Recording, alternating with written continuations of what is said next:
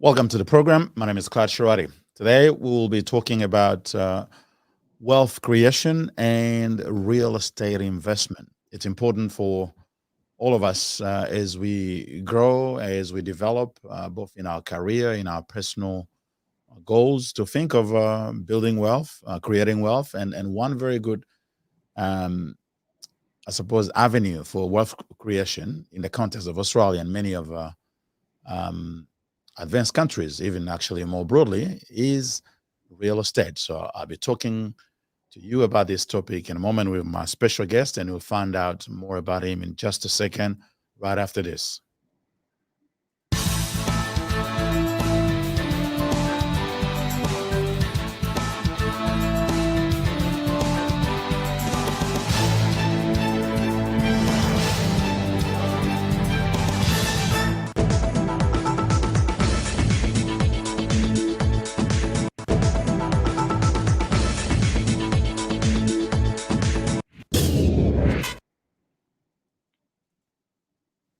Thank you very much. There are many ways to build wealth, and one very good way is to buy real estate. And tonight I have with me Alor Alor, who is a property investment consultant. Hi, Alor. How are you today? Good. Good evening, everybody. Good evening, Clyde. Thank you for having me. I'm well, thank you. Yourself? Not too bad. Not too bad. Thank you very much. So we'll be talking about real estate investment, property investment as an avenue for wealth creation. But let us start with you as an individual. Tell us a little bit about your story. Introduce yourself so that people know who you are and a little bit of your story Yeah, coming to Australia and up to where you are now. beautiful. Yes. So my name is Alor Alor. I'm from South Sudan. So for me, I'm very passionate about property investment. This is something I've been very passionate about for a long time. I came to Australia when I was 7 years old, back in 2003. We moved to Sydney with my family, two brothers, three sisters. Yeah, went to primary school, high school, graduated high school, went to university, UWS in Sydney. And then actually we moved to Melbourne in 2015. And then once moving to Melbourne in 2015, I moved and continued to study at Deakin University, where I did a Bachelor of Property and Real Estate. And through that, around 2016, 2017, I finished and started working in real estate. My first ever real estate job was a small sales assistant, doing it once or twice a week. At Remax, probably a small company not many people have heard of. From Remax, I moved on to Harcourt's Real Estate. So it's a very established real estate company in Australia. I think one of the biggest, if not the biggest. Worked there for several years and then transitioned from Harcourt's, which was a general real estate agency. So they just buy and sell property management. I transitioned over to where I currently am now at Grip Property Group, working as a property investment analyst, which has always been one of my passions, to use property to be able to help people in some sort of way, give back in one way. So that's basically my story. Yeah. Well, very interesting story. So, were you always passionate about real estate? What got you into real estate? It's not necessarily Um, something that people necessarily think yeah, about. yeah. So, No, it's really not. I would probably say early on high school.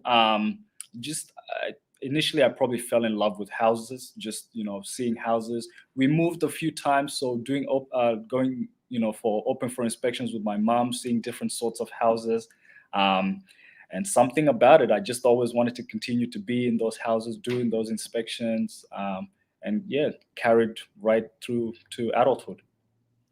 well, I suppose when you see beautiful houses, it makes you want to own them. Correct, correct, correct. And then one way to do that is obviously become a real estate agent because you guys make quite a bit of money, don't you? We do okay. Yeah, you can tell me. I'm not going to tell the tax man, right? Maybe off air. That's all right. All right. Now let's talk about real estate. They Mm, say that real estate is one of the best ways to build wealth. Do you agree? If so, why? Correct. Real estate is personally for me one of the safest and best ways to build wealth. You're creating wealth. You're able to diversify your investment. It gives you financial freedom, and real estate is something that's very safe and stable. At the end of the day, regardless on where we are in the world, we always need housing. It's somewhat a ever ascending demand. There's always people looking for houses. People always need somewhere to live. um, so it's not something that can ever run out of fashion. Basically, real estate is forever, and I think that's why it's probably one of the best investments. Well, there are also a lot of risks associated with buying real estate, isn't there? Yeah, there definitely is. I mean, with everything in the world, there are risks. But I would probably say there's a lot of ways to mitigate risk in real estate. If for this sort of property investment, it's something that you hold long term, and if you're holding investment properties long term, the risk is very minimal. Okay. And what are some of the things that people should look at when they think of buying real estate? Let's start actually from people who I suppose maybe first home buyers, for example, Mhm. because I think it's a different mindset when you get into the market as a first home buyer and Correct. when you go into it as as an investor, isn't it? Isn't it? Correct. Yeah. 100%. What would you tell both groups what they need to look at when thinking of buying real estate? I mean, one thing that both groups always have in common is they definitely always have to look at their affordability. For first home buyers, it is a little bit more emotionally charged. This is somewhere that you're going to live for quite some time. You may raise your family in. You're going to create a lot of memories. So for first home buyers, you always want to look at very very safe neighborhoods. Schools, that is something that you probably consider depending on the children that you have. Whereas for investors, you're looking purely on the numbers. If it makes sense, in terms of the numbers, that's where you go. Okay, and there are many people within our communities, and specifically the African Australian communities, who are now getting into real estate. I remember when I came back to Australia over 20 years ago, there were only a few people who owned their homes, but right Correct. now that number has significantly increased, which is a good thing. But there are still quite a lot of hurdles that for Mhm. people to get into the real estate market. What would you tell them to sort of get prepared for those who don't yet have their fit into the market, but were thinking of doing so? What's Of course. how should they be prepared to do that? For I would probably say the number one thing is to educate yourself or to find the right people to be able to give you the right advice. For property investment or for getting into the market, it can be very scary, and that's why a lot of people sort of steer away from it sometimes. But Mhm. if you have the right education, you know what you're doing, you have the right people around you giving you the proper advice. That may be the agents, the mortgage brokers that you may be working with. So having the right group around you is something that can definitely help you. Okay. And obviously, finance is Mhm. a very important aspect because if you don't have the money, you're not going to buy. And even if well, you might not have the money yourself, but you gotta be prepared to qualify for a loan Correct. to be able to afford a property. I know obviously real estate investment as a real estate agent, it's a different specialty from, let's say, a finance broker or somebody who can help people obtain finance. But that's all is part of the same ecology. What would you be able to tell people in that sort of regard? Yeah, yeah, most definitely. It is, of course, for us as property investment consultants, it is a little bit different from the mortgage brokers. Yeah.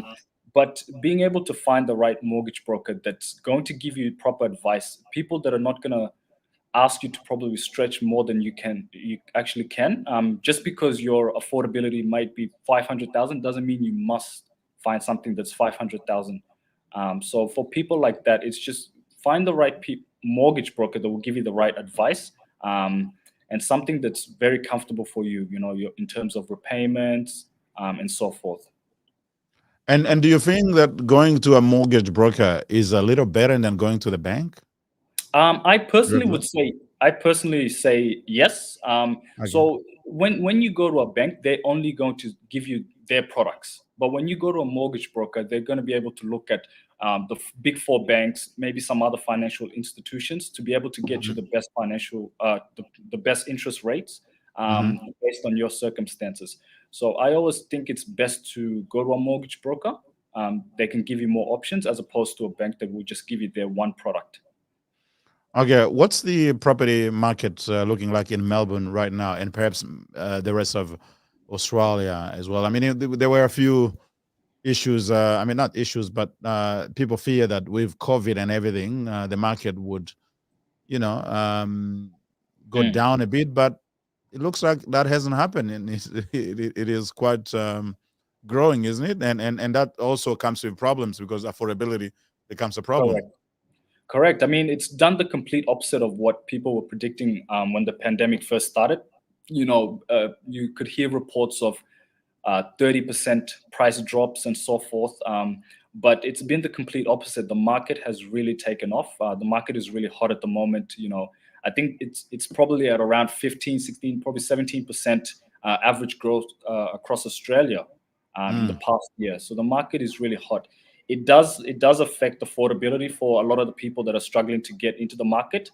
But stuff like that is very hard because you know affordability, if you don't have the finances, like you did say, it is hard to get into the market. But there are some government incentives available at the moment that can help people to get a foot in the door. Can you tell us more about some of these those Yeah, uh, most certainly, most certainly. So the most recent one is the 5% deposit scheme, yeah. where now all that's needed is a 5% deposit, and the federal government will fund the rest. But they will have a hold on the property. So when you do sell the property down the line, Yeah. they do hold a certain percentage of the profits that you get from that. But it is a good way to get yourself into the property market as well. Okay. And is there any specific areas, for example, in Melbourne, where you may advise people to look at for affordability of like especially for the first home buyers, where they may be looking? Yeah. So for definitely for affordability, you can go to places. There are new estates out there, just off of Wyndham Vale, places like Melbourne. It's very beautiful. It's coming up. You can go to Melton South around there, Arthurstone, Cobblestone. So in terms of those areas, there is still affordable housing there. Mm. Especially when you compare those suburbs to the more established places like Point Cook, for example, Mm. where the median price is probably around 750,000 at the moment. Whereas you can probably go to Melton South, and find something for about 500, 550. Okay, so there are some areas. What about down southeast? Is there any available? Southeast is a lot more established than the West. So it is quite harder on that side. Okay. As opposed to Southeast, I'd probably say the next place to look is probably the northern suburbs, where you're going to Carcarlo, Mickleham, Yeah. Donnybrook, those sorts of areas, as opposed to Southeast first. Okay. And Yeah. and um, what's the situation right now in terms of finance for people looking to get into the property? Is it easy to obtain finance, or is it more difficult? Do you know? At the moment, it's not too difficult. So what had happened was, I believe, over the last couple of weeks, they are trying to tighten the lending criterias, Hmm. sort of to calm the market down a little bit. I'm not 100% sure how that's gone or how much they've tightened it. But affordability and being able to attain loans has not been a problem in the past couple of months, or past year actually. Okay. Yeah. Now, what are some of the I suppose when we talk about affordability and even people, let's actually go into the investor mindset Mhm. rather than as opposed to a first home buyer. Correct. Um, what what sort of advice can you give people who are looking for good investment property options in Melbourne? I mean, firstly, in terms of location, what you should always do is to look at areas with good population growth, in infrastructure, and employment growth as well. So you can sort of look at it as a never-ending cycle. You know, where there's population growth, there'll be infrastructure. Where there's infrastructure, there will be employment, and so on. So these are the sort of suburbs that you want to look at. Secondly, I would probably say, probably dive deep into your property investment. Look at the finer details in terms of the figures. You know, try to get something that's positive cash flow, where you can get some negative gearing in the long term as well, in the short term. Sorry. But I suppose people are kind of there are people who are looking more for negative gearing sort of properties, but I heard some other advice that it's not necessarily a good idea to aim for that. You should aim for a property that has positive gearing, so to speak. It's obviously a specialist area. I'm not very I'm not an expert in that matter, but what do you think about that? Yeah, so look, we always say aim for something positive cash flow, because there is the depreciation aspect of a property. So even if your property does give you positive cash flow, you're able to then have the depreciation come financial year, which will offset the incomes, the positive cash flow that you've made, so that you're not paying extra taxes, where you'd actually be saving on your taxes. I see. So it's a good idea to find a property where you have positive cash flow rather than going to the negative gearing sort of thing. Correct. Okay. All right. We're just going to take a break. Before we take a break, let me remind those watching African Knowledge here at African Media Australia. We're talking today about real estate investment as an avenue for wealth creation. We would be opening the line in a moment, and you can ask your questions if you have any. I see people already commenting. That's a good thing. We'll take some of those comments and turn them into questions for our guest. While you're doing this, please share the video so that more people in the community can watch. This is obviously important things for those who think of investing and creating wealth. Also tell us where you're watching from. That's important for us, for our audiences. But right now, we're going to go into a short break, commercial break, and we'll be right back.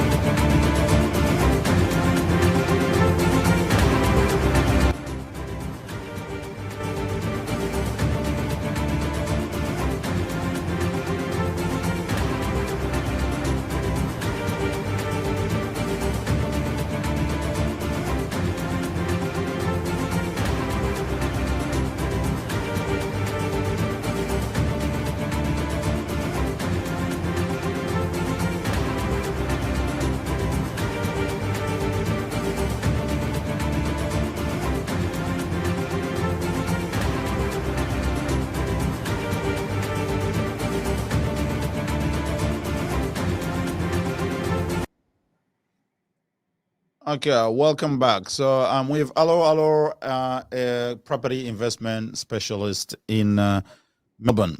Now, let's talk about apartment versus standalone house in terms of investment. Which one is better? I mean, standalone house is always best.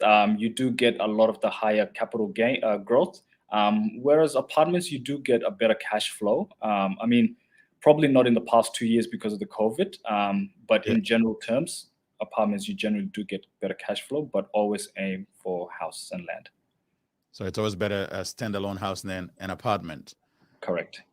Even though before COVID, the apartment market was quite hot and returning quite well, but obviously that has changed with COVID, hasn't it? Correct. Yes. So a lot of the international students, for example, who are renting out apartments in the CBD, a lot of people have either gone back home or have moved to more regional areas. So vacancy rates have gone up in the apartment. The demand for apartments has really gone down. So that's why. Okay. People who are looking at, I mean, if you are an investor and you want to continue to grow your investment portfolio, Correct. is it good to sort of continue to buy in the same state, or should you also consider buying in other states? Perhaps there It's may be better conditions. it's always best to try to buy in other states as well. So there's a few benefits to that. Firstly, you get the land tax benefits. If you're buying all your properties in the same state, there is Hmm. the state land tax that will apply to all those investment properties. But if you buy in different states, you sort of negate that. And then secondly, different states go through different property cycles as well. So you're not having all your properties in one state going through a down cycle, for example. Mm, So it's the whole phrase of not putting all your eggs in the same basket. okay. Yeah. Now I'll go into a few comments right now. Keleki says, I made the mistake as a first home buyer, but have made up as an investor. Yeah, it looks like many people, when they enter the market, they do make quite a few mistakes, because obviously the experience is not there, and people may not have taken the time to Yeah. sufficiently investigate. But are there any things that you would want people to know before they go, to minimize the risk of making mistakes? In terms of purchasing a home or Yeah, yeah. Purchasing a home as a first home buyer. as a first home buyer. I mean, Yeah. it all comes down to your situation. Is buying your first home the best for your situation? Because there is always the option to rent vest, which is a little bit more flexible, where you can just move around depending on your work, depending on your circumstances, whilst you still have your investment properties somewhere else. So it all comes down to your circumstances. Just sitting down and just figuring out if this is actually what's best for you, as opposed to just quickly wanting to dive and have your own home first. Okay. And dealing with real estate, in Australia, you have a lot of buyers uh, representatives. The real estate people, they are, most of them represent buyers. But I'm seeing there's a tendency now to have um, I mean, the real estate people mostly represent sellers. That's what I meant. Yes. But Yes. I'm seeing a tendency where we're starting to have some buyers representation. Is that something that is growing? And if so, where is it coming from? So that is a direct reflection of the market, because the market is so hot. There's so much competition now. Most people are looking at getting some representation, some help to try to help them secure a property, where they don't have to go and fight at auctions or negotiate with a tough real estate agent. So that's why most people look at getting the buyer's agents. And is it worth the actual cost and investment to hire a buyer's agent? I say yes, it can be, depending on the type of property you're looking at, depending how long you've been looking, and what sort of market that you're looking in as well. So it definitely can be, yes. Because I suppose one of the reasons why many people don't go for a buyer's representative is they see it as a cost Correct. that is added to the whole cost of purchasing a house. But if you look Correct. well, if you find a good one, their negotiating expertise can save you quite a bit of money and ensure you get the best property, isn't there? Isn't it? Exactly, exactly. I mean, if they can save you 10,000 and then you're paying them 5,000 or so, then you've made 5,000 in savings. So it depends on how you look at it. But what to look forward to make sure you find a good buyer's agent, because there are not that many so far in Australia. I know in America and Canada, for example, there's quite a lot of them, but in the Australian market is something that is starting to Yeah. happen. But what to look for? First, of course, is the skills that they possess. But I also think their relationships that they have with other agents is very important as well. A lot of the newer buyers agents that don't really have the established relationship with agents and so forth, that they can quickly go to for off-market opportunities, even for their buyers. Mhm. Um, you know, these are the things that can cost you in the long run. So I think it's always look at their experience, and their ability to negotiate as well. Now, I'll take a question from one of the viewers. Is Melbourne a good place to flip property? In terms of flipping property, Yeah. I would definitely say yes, it is. Flipping property is not something that's too common, as opposed to just standard investment. But Melbourne is definitely a good place to flip properties, especially in this hot market as well, depending on the renovations and how much you can touch it up. And what do you think is needed for someone to actually be able to do that? Because it takes quite a bit of Yes, skills and knowledge to be able to flip properties. You need to know what you're looking at. You need to know how to you can make those renovations and correct. all that sort of thing. What would be your advice on people who are looking at that as a way to build wealth? I definitely think you have to have a keen eye for property. It's not just about getting a house, repainting it, and selling it off. You have to really go in there and do some groundwork, whether that's redoing the kitchen, redoing the bathrooms, landscaping, and so forth. So there is quite a lot of work and a lot of capital to be invested in doing flipping. But if you Mhm. have the eye for it, you can definitely do it. And And for those location, of course. And for those who may not be necessarily conversant on what it means to be flipping a property, it simply means that you buy a property, you do a bit of a Renovation. renovation, Correct. make it look better, and you sell, and earn something. Because usually when you renovate, you can earn anything from 20, 30, 50, $100,000 depending on the size of the property, and that's actually quite a lot. In markets such as the US or even in Australia here for those who actually know how to do it. But let's talk about the African communities. When Yes. you look at the African community in general, what do you see in terms of real estate activity? Is there still quite a lot of gap that needs to be filled because people are Um, not? Yeah. Yes, I definitely think there's quite a gap. What I'm finding is that there are a lot of the younger generation that are more interested in property investment. But I think that's also, you know, on the expansion of the mindset as well. So for the African community, a lot of the times I feel like there's a lot of fear Hmm. because of the property market, and that comes down to not having the right people around. Lack of advice, lack of education. So there's a lot of fear and a lot of lack of education. But of course, there's a lot of area to improve on as well. So a lot of opportunity. And what would you suggest in terms of trying to fill the gap to educate people about this as a very good investment strategy? Correct. Number one is definitely the education to really show people that property investment is a great avenue for wealth creation. And it's not just for yourself; it's for your family, your future children, and so forth. All right, and kind of how do I put it? The, there is also a degree of risk when obviously in every business, but when you are an investor and you buy Mm. property and you put tenants, there are a number of risks that may be associated to how the tenant is actually keeping the property, and there may be a lot Correct. some damage and all that sort of thing. What sort of advice would you give to people to minimize all that? To minimize all of that, the most important thing you can do, firstly, is hire a very great property management company to look after your investment property. Hmm.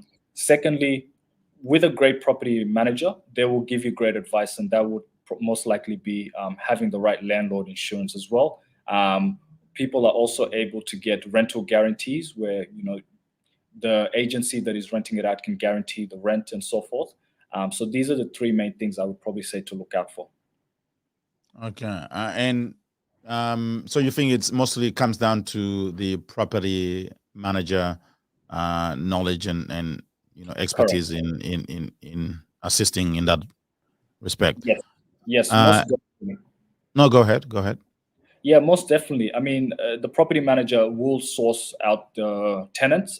They will filter through, their background and so forth. So if you have a property manager that has a very keen eye for detail, they might be able to pick up any red flags on certain tenants, and then also pick up really great tenants at the same time. Okay. Let's take another question from Kidani KD. Thanks for hosting. This might be out of topic, but are you able to comment about pros and cons of buying investment property in trust? In trust, is that in terms of self-managed super funds? Is it? I'm not sure if Kidani, if Mhm. you are watching, if you're listening, you can add more I will. to Yeah. clarify. But I I think they're talking about trust, which could be SMF or Mhm. potentially just a trust, not really. Just okay. You said family trust. In a family trust. Yes. It is. I believe it can be a good investment as well. Depending on the family dynamic, a lot of times things can go wrong with family members. Hmm. But it at the same time, you're able to put your income, their income, and so forth to be able to, you know, uh, get the servicing to buy an investment property. So it can be an easier way to purchase an investment property. Um, but like I always say, if you can find a way to get your foot in the door, definitely go for it. Okay. So the danger, as you said, is more that there may be issues with the family trust. So it's important to be careful at that level. Yeah. Correct. All right. When I look around, I see communities such as the Indian communities, the Asian communities, and many other migrant communities. They're Mhm. really big and quite aggressive in real estate investment compared to the African communities. Yes. Why do you think there's such a huge gap between us and the other people? Definitely, I would say once again is the ability to educate themselves and to also uplift themselves in the community. When you do see a lot of the Indian community, for example, having a lot of investment properties or having a lot of properties, they are getting advice from other Indian estate agents that are well educated in the market as well, and to be able to help and navigate them sort of through the woods. And Hmm. in the long term, this builds a very very established community that can sustain itself in terms of buying property. And they wherever they look, they can find an Indian mortgage broker, they can find an Indian real estate agent. Hmm. So the conglomerate around them is people from their own country as well. Yeah. So there's sort of that. That's I suppose the whole line of the expert you need to get the house is covered within the community, from the Correct. mortgage broker to the builder to the tradies to whoever that you need, and that's still lacking within our communities. And then you do also feel Yeah. there's also obviously, as you mentioned, issue of education, but there's also lack of ambition. I would most likely say yes, because I know a lot of us, coming from where we come from, we prefer to feel safer as opposed to taking a lot of risk. Mm. So coming and being able to just rent a house and live comfortably there, that's more than enough for a lot of us. Um, so that is where the lack of ambition does come in, and probably a little bit of self doubt as well, believing or not, whether or not you can achieve those property investment targets that other communities also have. Yeah, Okay, and I suppose when you talk about it, we talk about education. We also talk about specific type of education, which is financial literacy. 100%. Yeah. Which is, do you think that that is an issue as well within the African Australian community? I do think that is an issue as well, but I do believe that that's something that we're getting a very good hold of. Okay. Yeah. What makes you think so? Is there any particular thing you've seen that is helping in, Um, in that area? yes, for me personally, it's just the amount of other African people that do reach out, that want to just have conversations around property investment. So just off of that alone, I know that the mindset is sort of switched a little bit, for more ambition. They're seeking out the education now rather than just waiting for someone to come to them, Yeah. which is something that's very different from the past, I would say. Yeah, absolutely. I remember myself when I came into Australia, and it's been a long time. The group of people that I found in my community, Mhm. they were not into real estate. Obviously, most of them, if not all of them, were renting, and the whole, just the conversation around owning a house, and people saying, okay, well, if you go and sign for a mortgage, you'll pay maybe twice or even more the amount that you're Yeah. hiring, and it's like being some sort of slave to the bank. Mm. And that even we've held me for quite a while, until I started getting in a little bit more interested in diving into it, and I found out, well, you may pay double the amount you actually got as a loan, but over Mm. the life of the loan, your house price may multiply by 5, by 6, by 7, so you still and money. And as they say, rent money is dead money, isn't it? 100%. I mean, you're just paying somebody else's mortgage. It's, yeah. But in some areas, though, renting is still cheaper than buying, which means some people may still be able to, save money. And I hear some people in the community also wanting to kind of buy a house. I But mean, yeah, go ahead. I mean, it depends on what people consider to be saving money. I mean, you can pay 1,500 a month to, as rent, and that money is going nowhere. It's never ending. You will just continuously pay that, and at no point ever will you own that home. Whereas you can pay 1,800 a month or 1,900 a month, and you're paying off your own home. So Yeah. it depends on what people consider to be saving money, I guess. All right, and I see a few comments from people who say they are all financial brokers, which is a good thing. I will actually to organize another session where we'll have financial brokers, real estate companies, and accountants all together, because it's all about finance and then strategy. And I think there's a when I look around, I see there's a growth of people who are in the finance industry from African background. There's a whole lot of people, but we don't seem to have programs. I mean, this is what we're trying to do here as well, to educate people, but on a bigger scale within the community, there seems to not to be any sort of programs to help educate people. What about you and your company, or anyone from your network? Do you have a particular program? And I think that's a question from someone who said, do you have a mentoring program for people wanting to get into real estate investment? Not precisely. Sorry. Yep. Go ahead. That's the question. Not precisely a mentoring program, but that is, of course, something that I'm definitely interested in. Being able to find the right group of people. I do work with African mortgage brokers, African financial planners at the moment, and I do want to sort of create that African conglomerate where I can refer business to certain people, or for us to educate each other and to educate the wider community as well. Because at the end of the day, we all are, seeking out the same financial goal.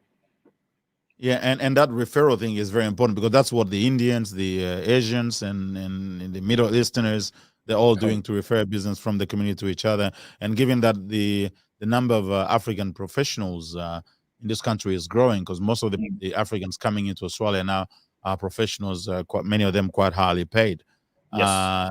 That means that the affordability is there, and the market is growing, and we better find ways to keep the money in the community, shouldn't it? Exactly. Shouldn't we? Exactly. Yeah, exactly.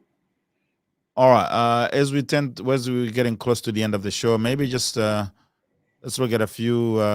Actually, before we sort of conclude, do you have any visibility about what's happening in terms of real estate in other states? We've spoken more about Melbourne, because we are based in Melbourne, but you guys study these things from all over Australia. Anyway, what would be, for example, the best state to buy a property investment at this point in Australia?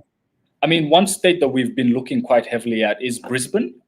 Firstly, because of the affordability. Secondly, because of the Olympics as well. Which is coming. Correct. Okay. And would you advise people to, I mean, what sort of property would you advise people to buy there in Brisbane, if people are who may be interested in doing that? Yeah, I mean, Brisbane, because of the affordability over there, you can definitely get a standalone home, house and land package. And, like I previously mentioned as well, with the Olympics coming up, this is something that's going to really drive the property prices over there as well. But isn't that more likely to be apartment type of housing, and then standalone, or will it affect all of them? No, so it will affect the entire market. Brisbane is one of the markets where they do have great rental yield, and in terms of housing and house and land packages as well, they do have a great rental yield on that. Yeah, so whether you're looking at apartment or whether you're looking at a house and land, it doesn't matter too much. at this point. Yeah. Okay. All right. So as we get to the end of the show, maybe just a few broad advice you can give to people, some tips Um, to yeah, of help them. course. I mean, for property investment, even one, like I always say, key thing is to educate yourself. Even if you don't have the finances, it's something that you can't get into now. Always feel free to reach out to myself or to other, not financial advisors, sorry, investment consultants out there. Just someone that you can have a chat with, build a little bit of confidence in yourself in terms of what you want to achieve, and educate yourself along the way because I think education is priceless. Absolutely. All right. Alor Alor, thank you very much for your time to African Knowledge tonight. It's been quite enlightening conversation for those interested in real estate as an investment wealth building avenue. We do appreciate you sharing your insight, your expertise with us, and we actually want to organize a few more of these along with other professionals who are connected to the real estate investment, namely the financial brokers and accountants and all that to help educate the community, raise the knowledge that people, the level of knowledge that people have in terms of real estate investment. So thank you again for your time to African Knowledge. No, it's been my pleasure. Thank you so much for having me, and I would definitely love to be back again. With hopefully a panel of other advisors as well. Sure. All right. That is all, folks. We do appreciate you watching. We would encourage you to share the video. You don't know anyone in your network who may be interested to watch and gain a little bit of insight. Also, we encourage you to like our Facebook page as well as subscribe to our YouTube channel and click on that notification button so that you get automatically notified when we publish new content. If you have some expertise, some knowledge, some inspiring story, consider also contacting us because we would want you to come and be on the platform. We've created it specifically to try to raise the level of knowledge in the community by sharing knowledge that we all have in different fields. So we do appreciate you watching, and we hope to see you next time. Until next time, stay blessed and stay safe. Thank you very much.